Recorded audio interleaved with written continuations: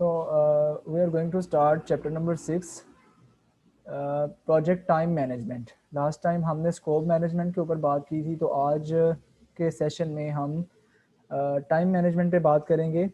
ठीक है, और आज का जो लेक्चर है थोड़ा सा शॉर्ट होगा as compare to other lectures. ठीक है, तो इसको आपने अच्छे से प्रिपेयर करना है। So what is project time management. इस चैप्टर में जो चीज़ें हम डिस्कस करेंगे ये बेसिकली आपके प्रोजेक्ट के जो स्केड्यूल है उसके रिलेटेड होंगी, कि हम हर एक्टिविटी के लिए जो हमारा डिलीवरेबल है, जो हमने मुख्तलिफ वर्क ब्रेकडाउन स्ट्रक्चर्स में जो टास्क होते हैं, हर टास्क पर कितना टाइम हमने लगाना है, किस किस टाइम में कौन कौन सा टास्क परफॉर्म होगा, उसके अकॉर्डिंगली कंप्लीट जो टाइम मैनेजमेंट है उसको हमने डिस्कस करना है।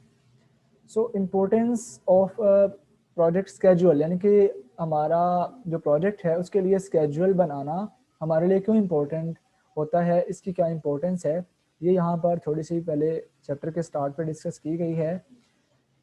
ओके, जो मैनेजर्स होते हैं ना उसके बारे में, managers often cite the need to deliver project on time as one of the their biggest challenge. मतलब मैनेजर्स के लिए सबसे जो बड़ा चैलेंज होता है ना, कि हमने प्रोजेक्ट को टाइम पे कंप्लीट करके डिलीवर करना है, वो होता है। ठीक है, और इसी वजह से कॉन्फ्लिक्ट क्रिएट होते हैं। अगर टाइमली परफॉर्म ना हो या टाइमली आपका प्रोजेक्ट कंप्लीट ना हो, तो जो क्लैशेस आते हैं या जो कॉन्फ्लिक्ट्स आते हैं मैनेजर्स के, सीईओज के साथ या ऑर्गेनाइजेशन के अंदर, तो वो मेन जो रीज़न होती है वो एक टाइम मैनेजमेंट आ जाता है। So the part of the reason the schedule problems are so common that time is easily measured and remembered. और वजह यह है कि चूँकि टाइम को इजीली रिमेंबर किया जा सकता है या मेजर किया जा सकता है। फॉर एग्जांपल, मैं एक प्रोजेक्ट बनाना चाह रहा हूँ ना, तो मुझे जो प्रोजेक्ट डेवलपर है या जिससे मैं बनवाना चाह रहा हूँ, मुझे कहते हैं जी आपका 1 माह में बन जाएगा। तो मैं डेट को देखूंगा कि आज की डेट क्या है, तो 1 माह बाद इस डेट तक मेरा काम कंप्लीट हो जाएगा। तो मैं उस टाइम पर, ये छोटी सी मतलब कि फिनोमिना है कि हम कोई भी काम जो हमें टाइम दिया जाता है उससे लेट हो तो वो एक डिस्टर्बिंग सी सिचुएशन क्रिएट होती है। ठीक है, इवन के उसके अंदर अगर हमने कुछ चेंजेस भी अप्लाई की हुई हैं ना, तो हम चेंजेस के बावजूद भी ये चाह रहे होते हैं कि हमारा काम टाइम पे हो जाए। ठीक है, people often compare planned and actual project completion times without taking into account approved changes. यही बात जो मैंने अभी की, कि जो चेंजेस वो परफॉर्म करवाना चाह रहे हैं उन चेंजेस के बावजूद भी, ठीक है, वो चाह रहे होते हैं जी हमारा फिर भी टाइम उतना ही लगे जितना चेंजेस से पहले लग रहा था। So time is the variable that has almost least amount of flexibility. ठीक है, यानी कि टाइम में कम्प्लेक्सिटी ज़्यादा आती है, फ्लेक्सिबिलिटी कम दी जाती है। Time passes no matter what happens on the project. Time तो गुजरता चला जा रहा है ना, प्रोजेक्ट चाहे करें या ना करें। जो हमने एक प्रोजेक्ट चार्टर में मेंशन किया है टाइम मैनेजमेंट में, कि ये स्टार्टिंग टाइम है और ये इसका एंडिंग टाइम है, तो वो तो एक डेस्टिनेशन तो आएगा ही। ठीक है, so schedule issues are the main reason of conflict on the projects, especially during the second half of the project. तो schedule में problems आना start हो जाती हैं या issues create होते हैं।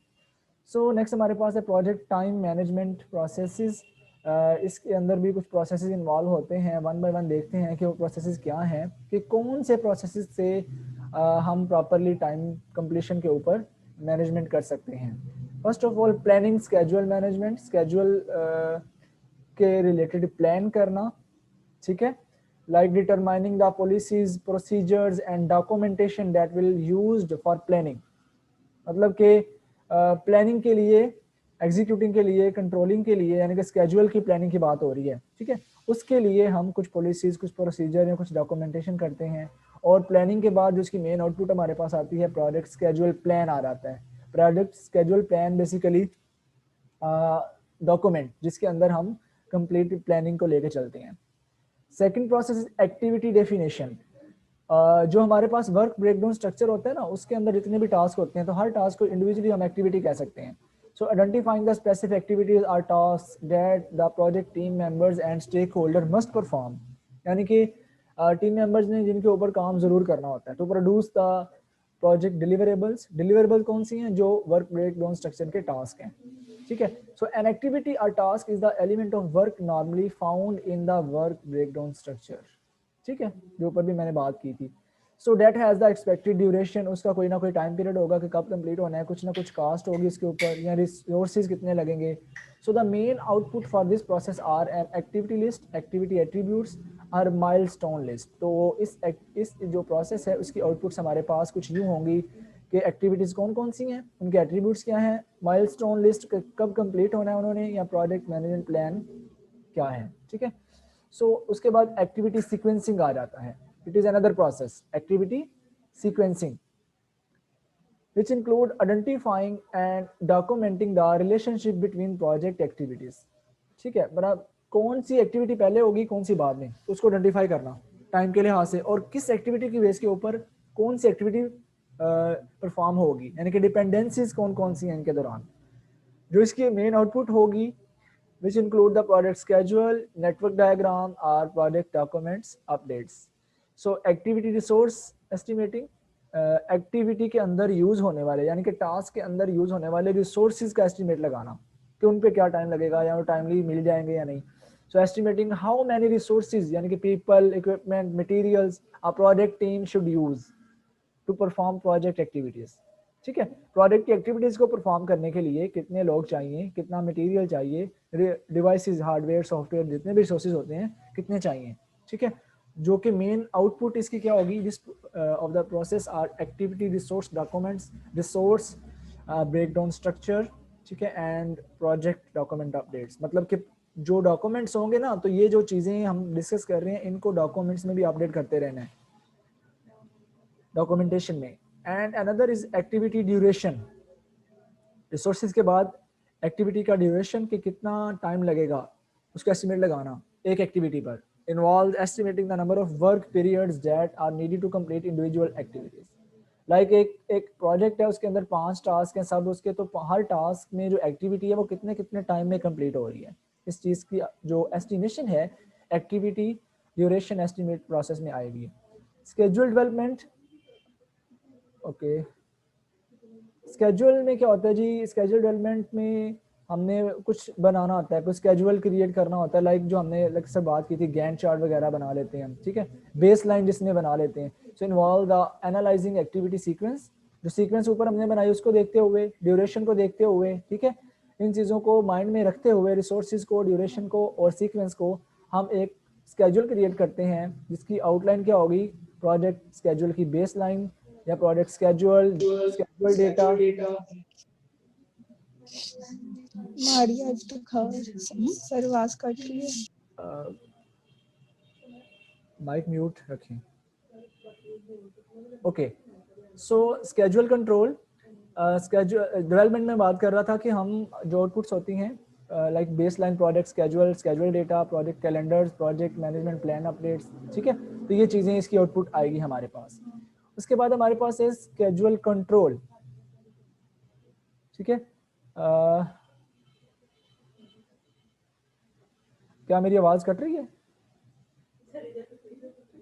No sir. एक दो स्टूडेंट्स ने मैसेज किया यहाँ पे ना कि आवाज़ कट रही है.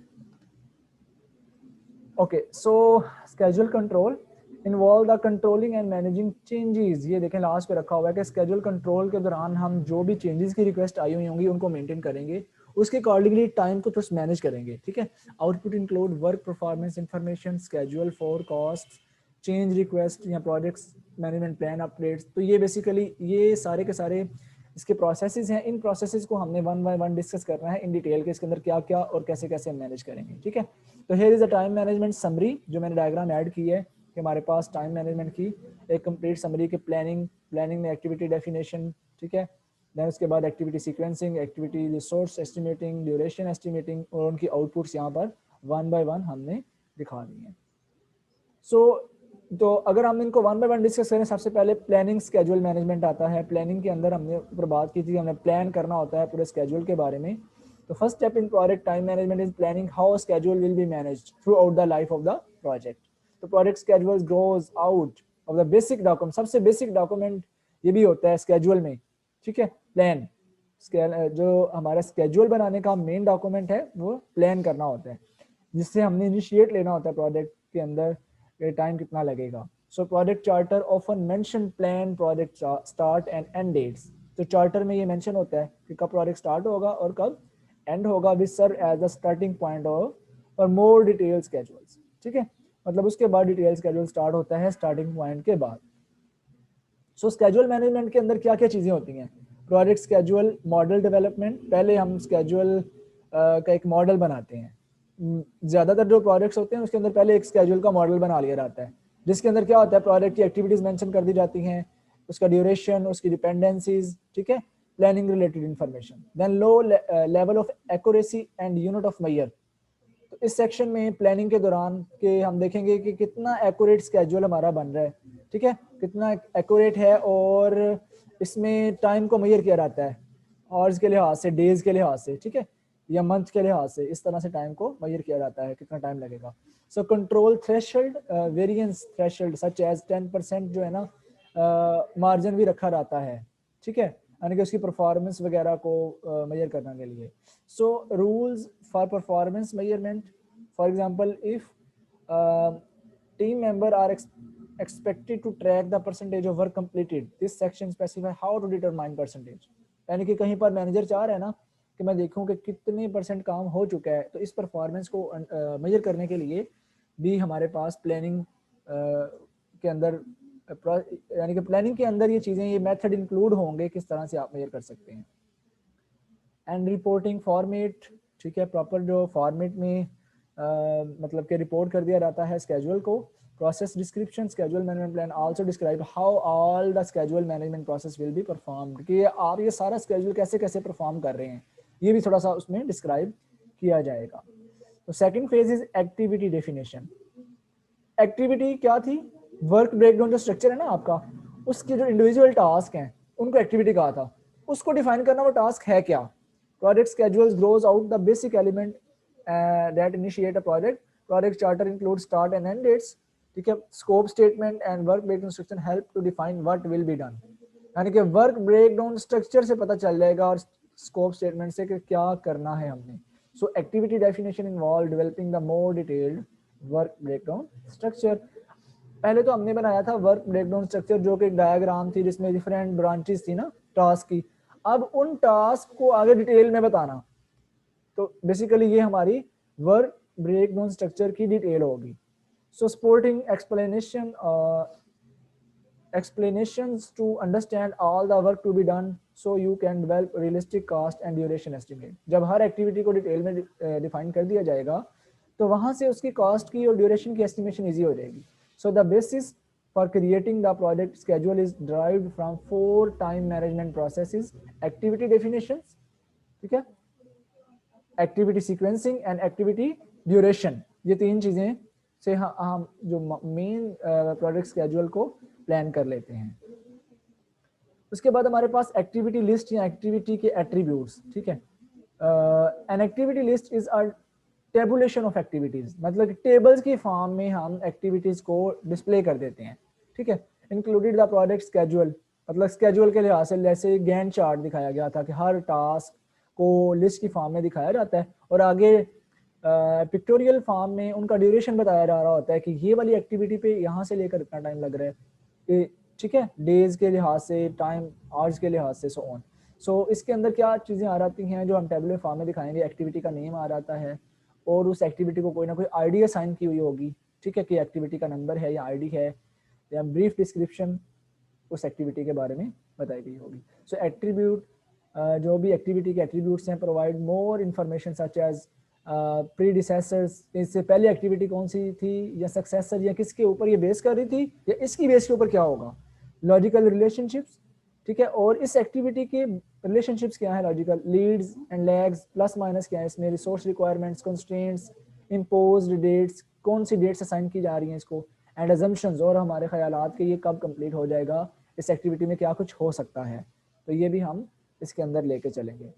तो ये आपका लेक्चर इतना ही आज का है, यहाँ तक ही बना पाया था मैं, क्योंकि पहले प्लान तो आपके टेस्ट का था, तो टेस्ट का प्लान फिर इसी वजह से रहा कि मैसेज रिसीव हुआ कॉलेज से कि क्लासेस आपकी जो है ना फिजिकल स्टार्ट होने जा रही हैं 22 से, तो फिर मैंने इसको प्लान किया कि हम फिजिकल क्लास में क्विज लेंगे, तो इसलिए ये लेक्चर थोड़ा सा शॉर्ट है आज का। तो इंशाल्लाह रिमेनिंग पोर्शन हम कल डिस्कस करेंगे। ओके। Okay sir. ठीक है जी, आज के लिए इतना ही। आज तो मुझे लगी है सबकी के शॉर्ट लेक्चर हो गया। यस सर, बहुत ज्यादा। ओके, ठीक है जी, इंशाल्लाह कल बात होगी आपसे। ठीक है, ओके ख्याल रखिएगा। अल्लाह हाफिज। ओके सर जी, अल्लाह हाफिज। अल्लाह हाफिज।